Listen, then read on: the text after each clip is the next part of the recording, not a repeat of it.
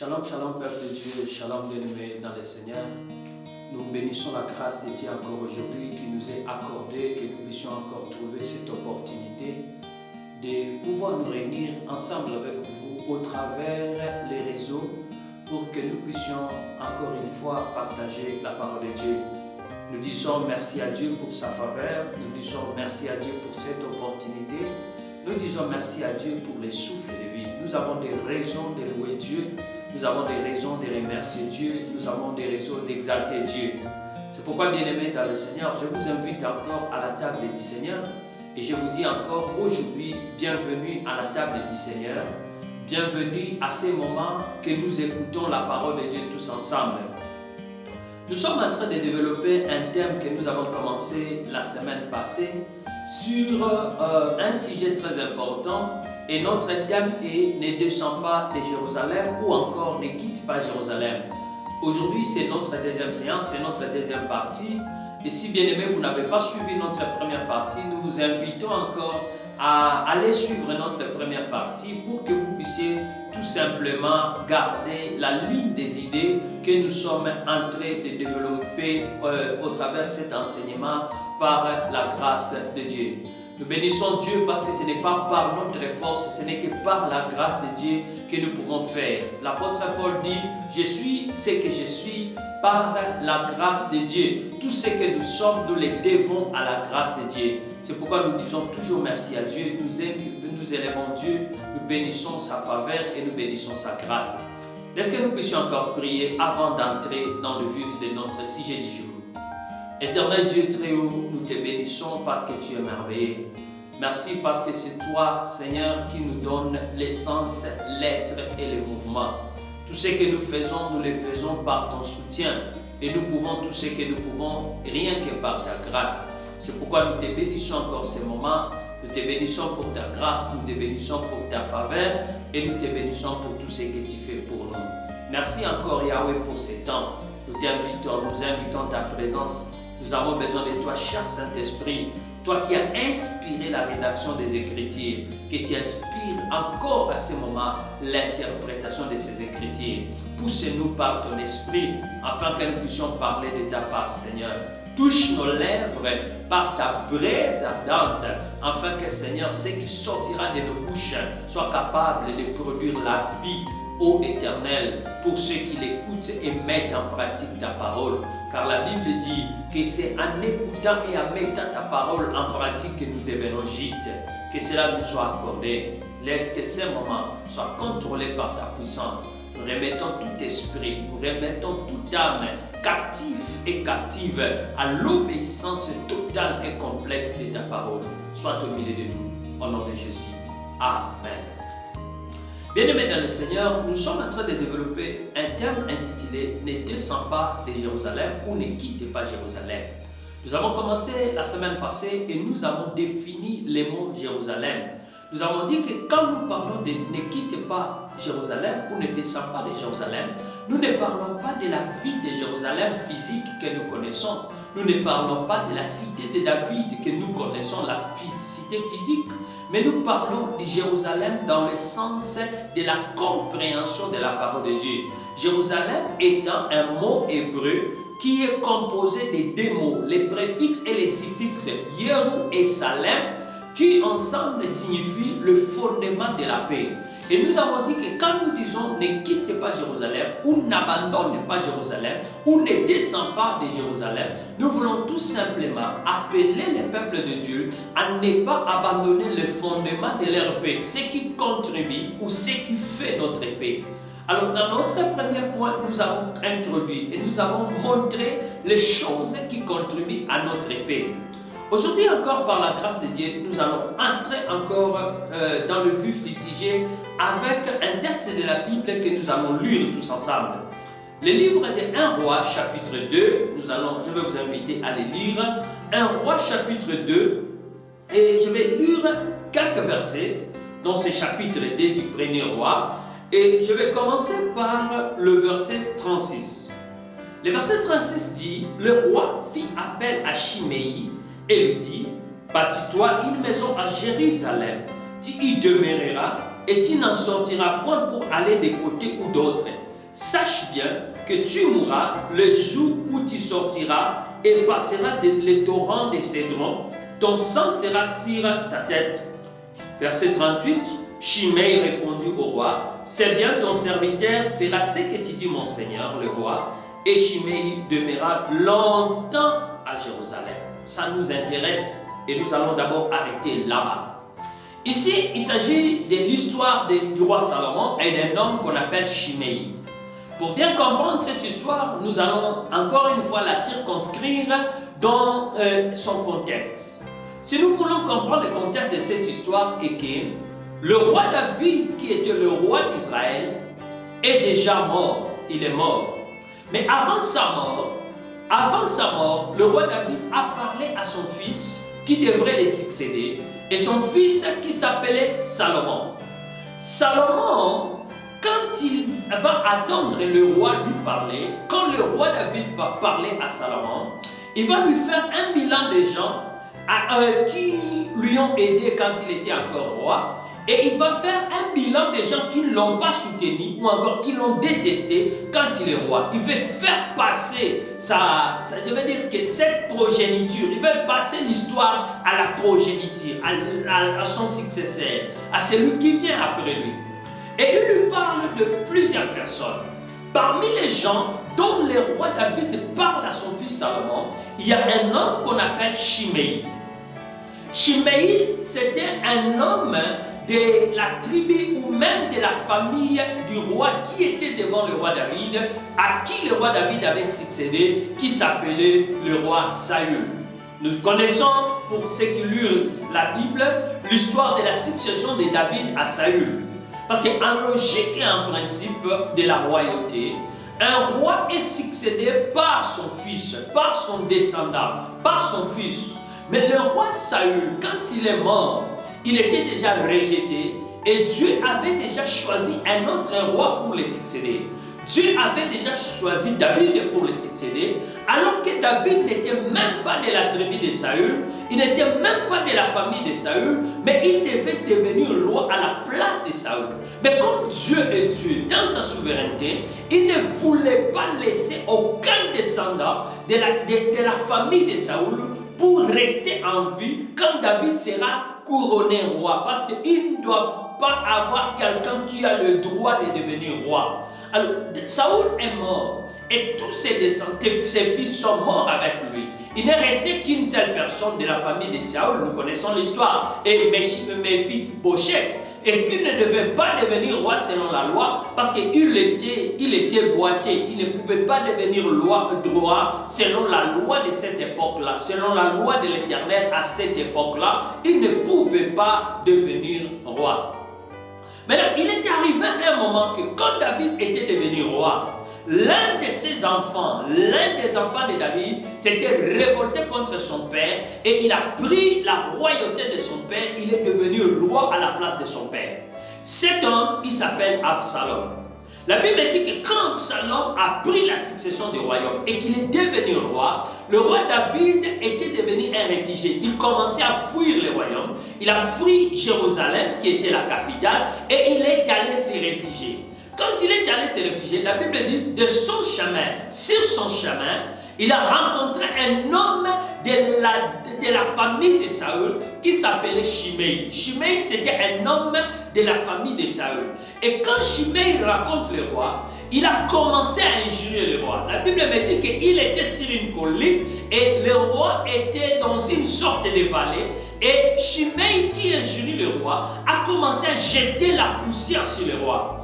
À ce moment-là que David était en train de fuir, il avait ses deux généraux avec lui. Joab était là, Abishai était là. Les deux voulaient tuer Shimei. Ils s'étaient décidés de les tuer. Ils ont dit au roi, pourquoi ces chiens commence-t-il à injurer le roi? Alors que Shimei injurait le roi David, il disait, toi chien, tu as pris le royaume de Saül, mais aujourd'hui Dieu t'a rendu l'appareil, parce que tu as pris de force le royaume de Saül, aujourd'hui Dieu t'a puni. Et Joab et Abishai voulaient tuer Shimei, ils voulaient les prendre. Le roi a dit non, ne lui faites pas du mal, parce que ce n'est pas sa faute, c'est Dieu qui m'a rendu l'appareil, parce que c'est Dieu qui m'a mis dans cette situation.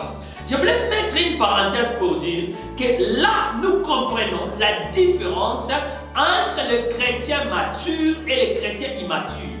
Les chrétiens immatures, ce sont les chrétiens qui voient les diables dans tout ce qui arrive dans leur vie. Dans toute situation de leur vie, dans toutes leurs conditions de vie, ils ne voient que les diables. Mais les chrétiens matures, ils voient Dieu derrière toutes circonstances et derrière toutes choses qui arrivent dans leur vie. Ils comprennent toutes choses que Dieu est à la base de toutes choses, mais aussi que toutes choses concourent au bien de ceux qui aiment l'Éternel. Alors David a compris que ce n'est pas le problème des démons, ce n'est pas le problème du diable, ce n'est pas le problème de Chiméi. Nous n'avons pas à lutter contre la chair et le sang, mais les problèmes ce sont les démons. Mais si ça arrive dans ma vie, donc Dieu l'a permis. Il ne regardait Dieu. C'est lui qui comprend ces choses, bien-aimés. Il ne cherche pas à régler ses comptes avec les hommes. Il ne combat pas les hommes. Il ne règle pas ses comptes avec les hommes. Mais il sait aller devant Dieu pour lui parler de la situation, comprenant que toutes les choses qui lui arrivent viennent de Dieu, selon que la Bible dit, et il révélera-t-il toute une chose sur la terre, une chose, un malheur, sans que l'Éternel Dieu en soit l'auteur. Et la Bible pose cette bonne question. David a compris. Je ne voulais pas entrer dans ces détails-là, mais David a compris. Il a dit non, ce n'est pas la faute de Chiméi. C'est Dieu qui m'a mis dans cette situation. C'est Dieu qui m'a mis dans cette condition. Et il a dit, je ne lui ferai pas du mal. Je ne lui ferai pas du mal. Et même quand David a pris le royaume, il a repris sa royauté. Il est devenu encore roi. Absalom était mort, son fils. Je ne vais pas entrer dans cette histoire. Je ne fais que vous montrer le contexte. Même quand Absalom était mort, David a dit non, je ne ferai pas le mal à Chiméi. Ce n'est pas mon problème de régler ça. Je ne ferai pas du mal à Chiméi. Mais avant la mort de David, David appelle son fils, le successeur, Salomon. Il lui parle des gens. Et il arrive à un homme qu'on appelle Chiméi. Il dit à Salomon, mon fils, tu connais, tu as entendu, tu connais l'histoire. Tu sais ce que Chiméi m'a fait quand j'étais en train de fuir. Tu connais les paroles que Chiméi avait profanées sur moi. Tu connais ce qu'il a dit contre moi. Tu connais ce qu'il a fait contre moi. Je t'en prie, mon fils Salomon, parce que Dieu te donnera de la sagesse. Ne laisse pas Chiméi impuni. Ne le laisse pas impuni. Mais la Bible dit que quand David est mort, Chiméi était appelé par le roi. C'est le verset que nous venons de lire. Et le roi, au lieu de punir Chiméi, il dit à Chiméi, tu connais le mal que tu as fait à mon père. Tu connais le mal que tu as fait au roi. Mais je ne voudrais pas te punir. Je ne voudrais pas te causer du tort. Je voudrais t'accorder la miséricorde. Mais qu'en une seule condition, va à Jérusalem. Bâtis-toi une maison à Jérusalem et demeure-y. J'aime ça. Demeure-y. Reste à Jérusalem. Bâtis-toi une maison à Jérusalem. Reste à Jérusalem et ne descends pas. Ne quitte pas Jérusalem pour aller d'un côté ou d'un autre. Ne quitte pas Jérusalem pour aller à un autre endroit. Parce que sache bien que le jour que tu quitteras Jérusalem, tu mourras et le sang, ton sang sera sur ta tête. Voilà un peu ce que nous sommes en train de développer, bien-aimés. Le jour que tu quitteras Jérusalem, sache que tu mourras et ton sang sera sur ta tête. Chiméi répond au roi, je comprends au roi tout ce que tu dis. Mais si nous descendons dans la lecture, la Bible dit, Chiméi demeura longtemps à Jérusalem. Il a demeuré longtemps. Et aussi longtemps que Chiméi demeurait à Jérusalem, il n'avait aucun problème.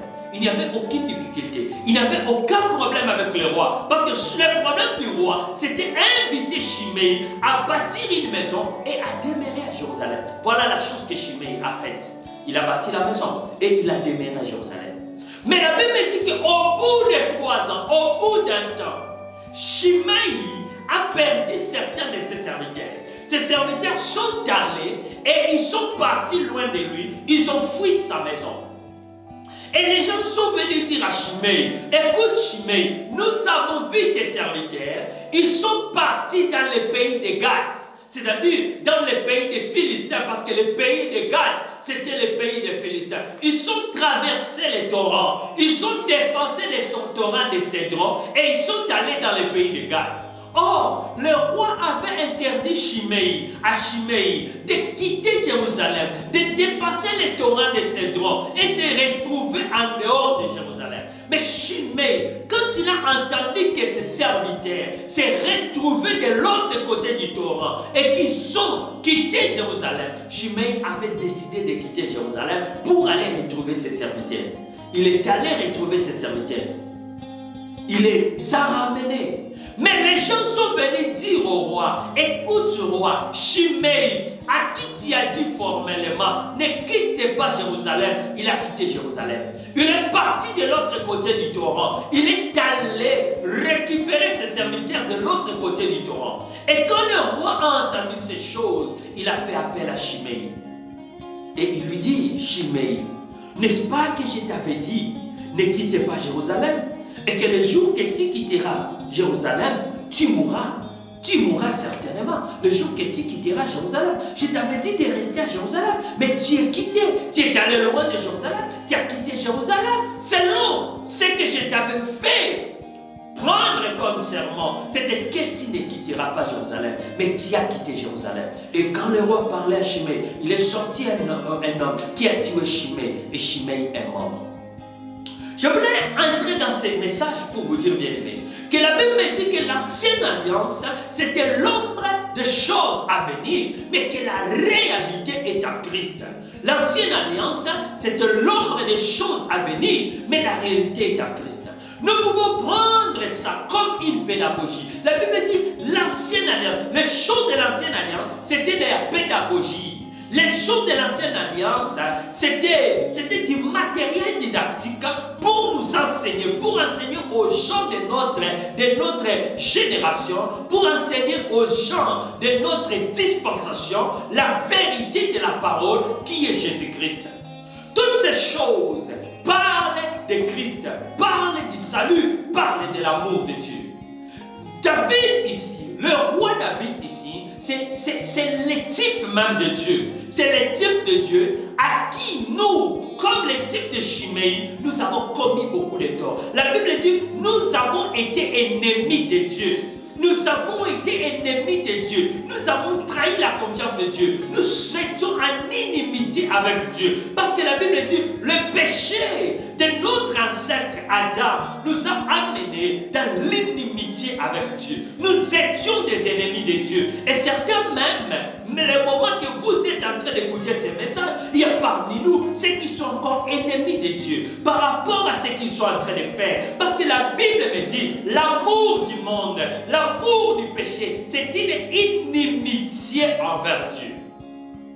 Nous avons été ennemis de Dieu.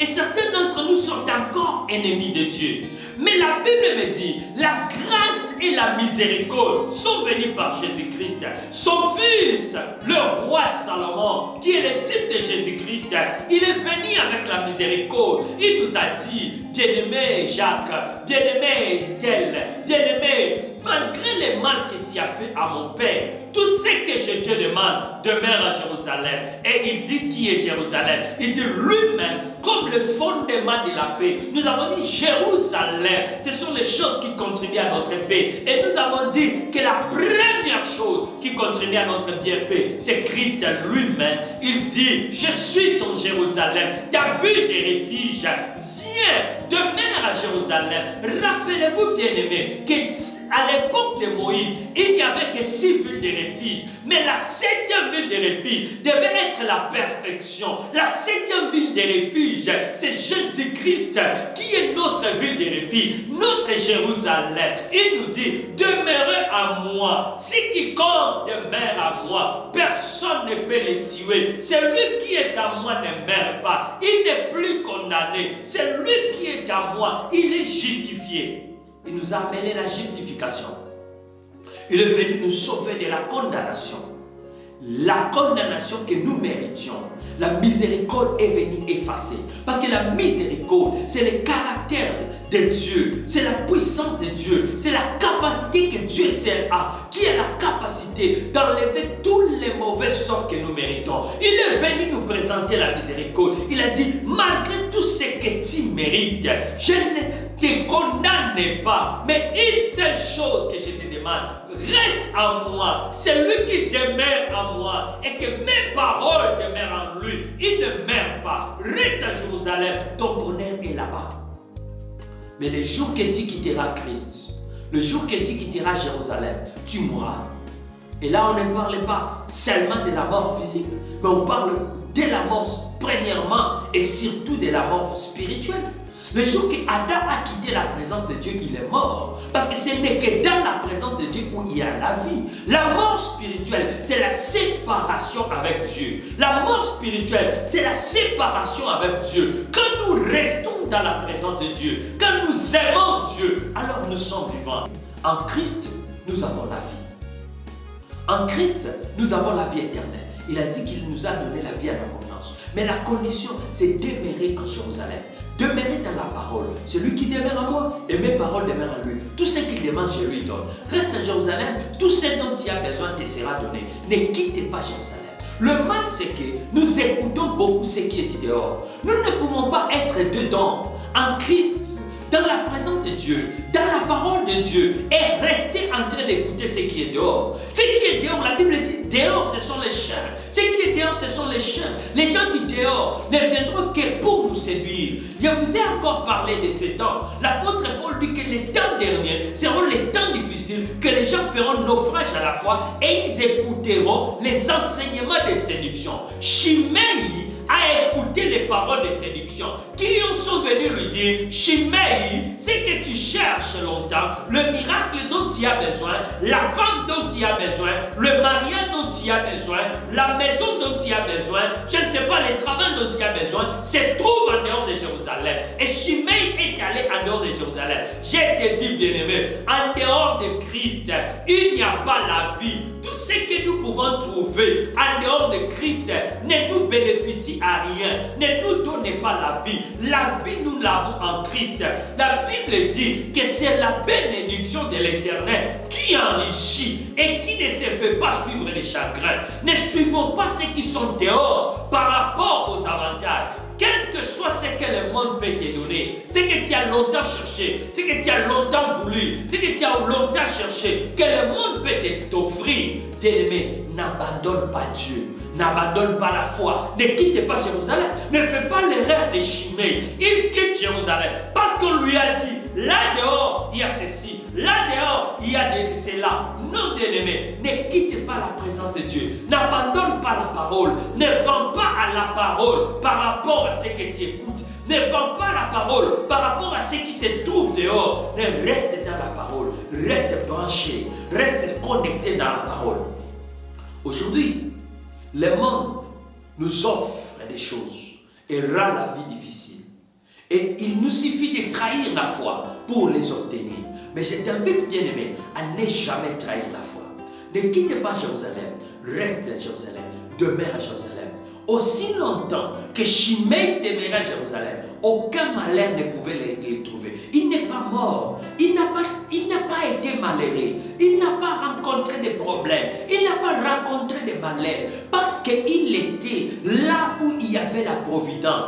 Bien-aimé, ce n'est qu'à Jérusalem qu'il y a la providence. Je parle du Jérusalem spirituel, je parle du fondement de la paix, je parle de Christ comme étant le fondement de la paix, je parle de la parole de Dieu comme étant le fondement de la paix. C'est là où il y a la présence de Dieu qu'il y a aussi la paix et qu'il y a toute chose. Rappelez-vous que les enfants d'Israël marchaient, ils étaient en train de marcher, ils étaient en train de marcher dans le désert et ils se nourrissaient de la manne venant du ciel. Mais une expérience est claire. La manne n'est tombée que là où il y avait la colonne. Là où il n'y avait pas la colonne de nuée ou la colonne de feu, parce que la manne tombait la nuit. La colonne de feu la nuit, c'est là que la manne tombait. Où il n'y a pas de colonne, là la manne ne tombait pas. Là où il y a la colonne, c'est la manne tombée. Imaginez-vous, Israël pouvait être à cet endroit aujourd'hui et demain se déplacer pour un autre endroit parce qu'ils étaient pèlerins,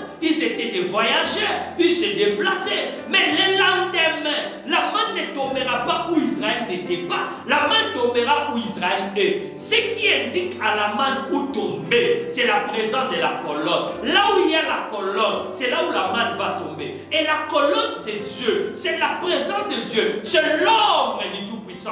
Là où il y a la présence de Dieu, là où il y a l'ombre du Tout-Puissant, c'est là où la providence de Dieu va te retrouver. Ça peut traîner. Ça peut faire longtemps. Mais demeure. La Bible dit, humiliez-vous sous la puissance main de Dieu, afin qu'il vous élève au temps convenable. Il y aura toujours un temps convenable pour toi, bien-aimé. Ne quitte pas la présence de Dieu. Ne quitte pas Jérusalem. Ne fais pas naufrage à la fois, parce que les choses ne marchent pas, parce que tu n'obtiens pas ce que tu cherches, parce que tu as cherché le miracle, tu ne l'as pas vu, parce que tu as prié une semaine et rien n'a changé, parce que tu as prié un mois, les choses sont restées les mêmes. Non, n'écoute pas ceux qui sont dehors. Ne va pas au dehors, reste là, demeure à Jérusalem. Le miracle va te localiser. Aussi longtemps que tu es à côté de la colonne de feu, à côté de la colonne de nuée, aussi longtemps que tu es conduit par la colonne, bien-aimé, un miracle va te localiser. Ne va pas chercher le miracle. La Bible dit les signes, le miracle vous accompagneront. C'est-à-dire les miracles nous suivront. La Bible dit, David dit, mon éternel est mon berger, je ne manque rien. Il dit, les bonheurs et la grâce m'accompagneront. C'est-à-dire, viendront derrière moi, me suivront, viendront derrière moi tous les jours de ma vie. Aussi longtemps que tu demeures dans la présence de Dieu, tu vas prospérer. Quels que soient les moments, quels que soient les temps, tu vas prospérer. La Bible dit, c'est lui qui demeure à moi. J'aime beaucoup ces versets. Jean chapitre 15, Jésus a dit, je suis le bon cercle. Et mon Père est le cultivateur. C'est lui qui demeure à moi. C'est lui qui demeure à moi, produit les fruits. Si tu demeures en lui, tu seras productif. Tout ce que tu touches sera productif. Ne va pas chercher dehors. Ce que tu cherches est avec toi. Dans la présence de Dieu, il y a ce que tu cherches. La question c'est, demeure. La Bible dit, tout serment en moi qui porte le fruit, je les sanctifie pour qu'ils portent davantage.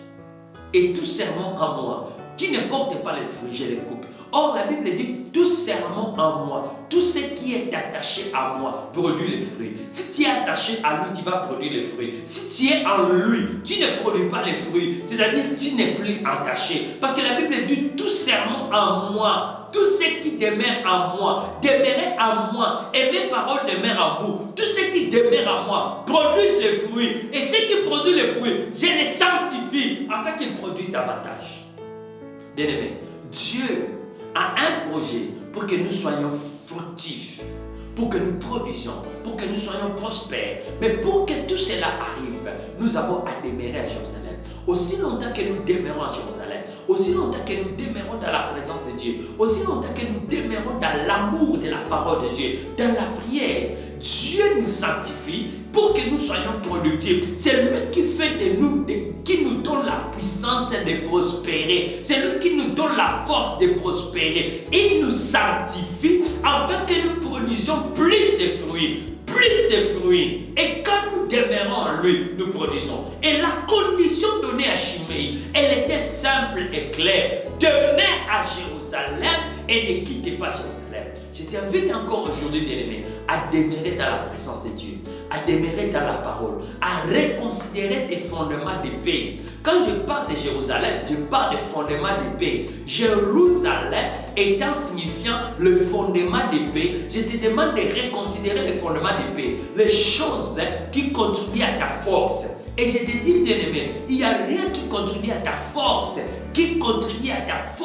si ce n'est pas Dieu, si ce n'est pas la parole de Dieu, si ce n'est pas la prière. Ces choses que nous avons citées dans l'émission précédente, les choses que nous avons citées dans l'émission précédente sont les seules qui t'aideront à produire beaucoup de fruits. C'est pourquoi je t'appelle, bien-aimé, construis-toi une maison à Jérusalem et demeure-y. Je ne t'appelle pas encore à aller acheter une parcelle à Jérusalem, mais je t'appelle dans le Jérusalem spirituel, dans Christ, dans la présence de Dieu. Si tu demeures en lui et que ces paroles demeurent en toi, bien-aimé, tu produiras des fruits. Tu iras de l'avant. Les serviteurs que tu as perdus, tu les retrouveras. Ce que tu as perdu, ce qui était parti, tu les retrouveras. Ce qui était tombé sera encore ramené debout et tu vas prospérer. L'unique condition, construis-toi une maison à Jérusalem et demeure-y. Construis-toi une place dans la présence de Dieu. Cherche-toi une place dans la présence de Dieu. Si tu n'as pas encore accepté Jésus-Christ comme Seigneur et Sauveur, il est temps que tu l'acceptes aujourd'hui. Parce que ce n'est qu'en acceptant Jésus-Christ que la miséricorde de Dieu va devenir en toi. On entre en Christ que par la nouvelle naissance. La Bible dit, si quelqu'un est en Christ, il est entré en lui, il demeure en lui, il est devenu une nouvelle créature. Les choses anciennes sont passées et toutes choses est devenue nouvelle. Dieu va pardonner ton péché du passé. Tout ce que tu as fait dans le passé, il va pardonner. Comme Shimei, aussi longtemps qu'il demeure à Jérusalem, tout ce qu'il a fait au roi David sera pardonné, sera oublié, ne sera plus compté si seulement il demeure à Jérusalem. C'est pourquoi je t'invite, bien-aimé, demeure à Jérusalem. Ne quitte pas Jérusalem.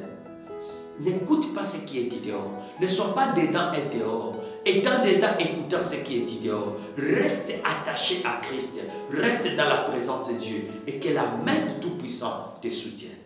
Voilà encore le vœu de mon cœur et ma prière aujourd'hui. Bien-aimé, construis-toi une maison à Jérusalem et demeure-y. Construis-toi une maison dans les fondements de paix. Considère tes fondements de paix et renforce tes fondements de paix. Concentre-toi sur les fondements de paix. Demeure dans ce qui fait ta force. N'abandonne pas la prière. N'abandonne pas la foi. Cher serviteur de Dieu, toi qui m'écoutes à ce moment, tu connais les choses qui faisaient ta force. Quand tu as commencé le ministère, quand tu as commencé à servir Dieu, tu connais les choses qui faisaient ta force. Bien-aimé, reprends ces choses. Rentre à ces choses. Demeure-y. Ne quitte pas. Demeure-y. Construis-toi l'espace dans ces choses. Construis-toi une place dans ces choses. Demeure dans ces choses. Et la faveur de Dieu t'accompagnera. Que la paix et la grâce soient avec toi encore, bien-aimé. Que Dieu te bénisse. Rendez-vous encore à l'émission Parole de vie au mercredi prochain. Que la faveur, la grâce et la bonté de Dieu soient avec toi au nom de Jésus-Christ. Amen. Sois béni. Amen. Est-ce que nous puissions prier? Seigneur, nous sommes encore dans ta présence. Nous ne pouvons rien que par toi. La Bible dit, sans toi, nous ne pouvons rien. Nous avons encore repris la décision de demeurer à Jérusalem, de créer l'espace, de nous construire l'espace des prières, de nous construire l'espace dans ta présence, de nous construire l'espace dans la lecture de la parole, que nous puissions trouver le moment, l'instant même, de vouloir aimer ta parole. Aide-nous, Seigneur, afin que ta faveur, ô Dieu, nous soutienne. Afin que nous puissions y parvenir. Aide mon bien-aimé qui ne t'a pas encore reçu comme Seigneur et Sauveur à ouvrir son cœur et à te recevoir. Que la grâce et la paix soient avec nous. Que la paix règne dans nos vies, ô Éternel. Parce que nous avons reconsidéré nos voies et nous sommes rentrés dans nos fondements de paix. Aide-nous, Seigneur, à ne pas écouter ceux qui sont dehors, à ne pas suivre les offres que le monde peut nous donner, les offres que le monde peut nous présenter, mais à rester connecté à ta présence et à demeurer dans ta présence. Béni soit ton nom, Père, parce que tu es merveilleux. Au nom de Jésus. Amen. Bien-aimés, sois bénis. Nous sommes dans la joie de vous avoir et nous vous invitons encore à mercredi prochain. Partagez la vidéo, invitez les autres. Notre objectif de partager la vidéo, ce n'est pas d'augmenter le nombre de vues. Non, ce n'est pas ça notre objectif. Notre ultime objectif, c'est que la parole de Dieu, à ce moment de la fin, à ce moment de l'apostasie, puisse atteindre le monde et à inviter une grande armée à s'élever et à rester connecté pour l'avancement du royaume de Dieu. Il est temps que l'armée de l'Éternel s'élève. C'est pourquoi, bien-aimé, partage la vidéo. En partageant cette vidéo, tu peux sauver un homme, tu peux sauver une femme, tu peux sauver un jeune homme, tu peux sauver une famille, tu peux sauver une nation. Que l'Éternel te bénisse et que la grâce soit avec toi. Au nom de Jésus. Amen. Sois béni.